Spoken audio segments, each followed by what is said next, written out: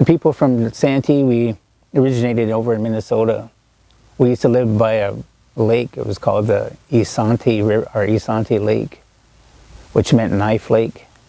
During the 1851, the Dakota chiefs, they gave up 80% of their land base, which was basically the southern Minnesota, and they ceded it to the United States government, and were put on a reservation that was not more than, about 30 miles wide and maybe 30 miles long. And we had so many people back then that the hunting was terrible, and we began relying on government rations to support ourselves. Then in 1862, August 1862, the annuity payment was late.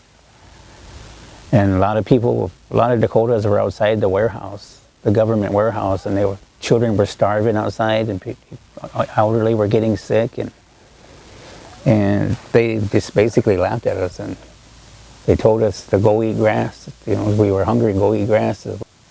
And about 3 days later, after that, they were surrounding that warehouse. A lot of Dakota warriors, they went to the warehouse, and they started to break in that warehouse to help themselves, because their children were starving.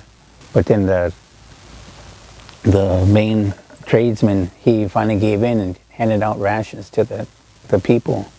But still, that wasn't good enough, because it was only enough for a couple of days. They attacked all the agency, and they killed all the traders. And the one that told him to go eat grass, Andrew Merrick, they killed him, and they still put grass in his mouth. Well, the next big event was called Camp Release, after the soldiers, civilian and soldiers, they put together a force of 500 men, and they came in, and the Dakotas, they found out about it. So most of the Dakotas that were participating in the uprising, they fled to Canada and South Dakota, North Dakota. And the ones that had the children and the elders, they wanted to, they didn't want to leave them behind, so they stayed behind. But then that's when they decided to hang all 231 Dakotas, but they cut it down to 38, and they were hung December 26th. And they all put them on a ship or a boat, ferry boat, and they took them down to basically up to Crow Creek, South Dakota, which was very like a desert-like area where nothing grew there, and it was really hot. They got there in the summertime. The first time they got there at Crow Creek, the food and the rations were so bad, there was 300 children that died there that first 3 months they were there. The soldiers they kept sending to watch over they called them prisoners yet, because they were in a barricade.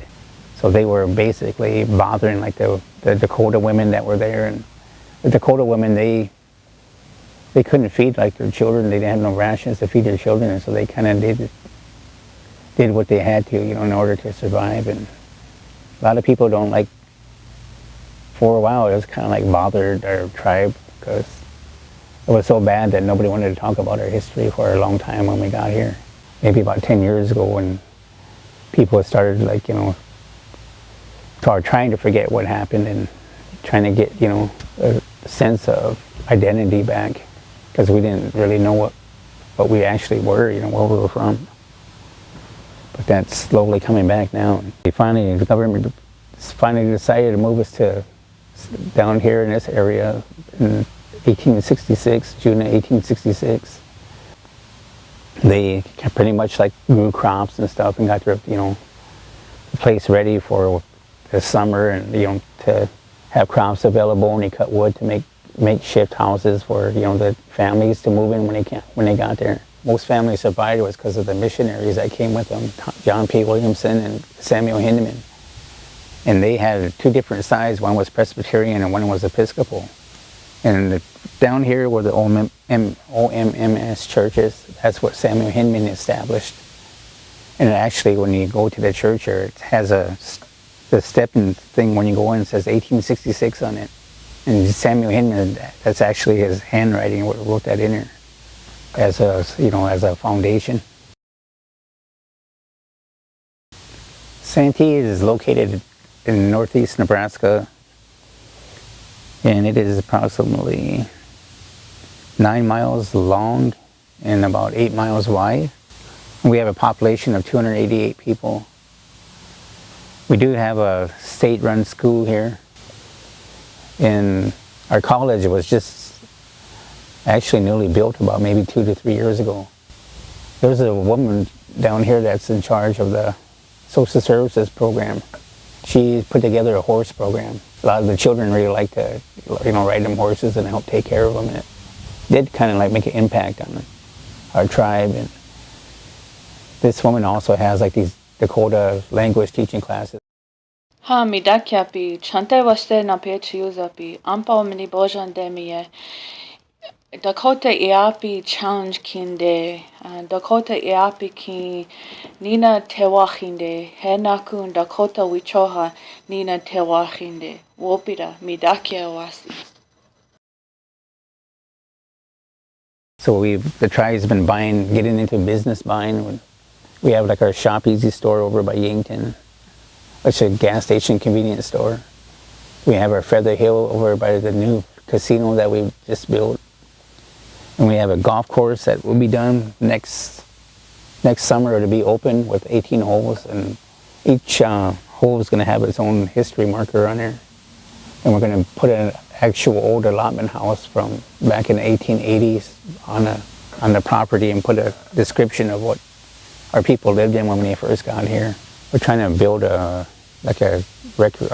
entertainment center for like a children's entertainment center in one of the areas in there, because that old casino was too big to just put a dollar store in there.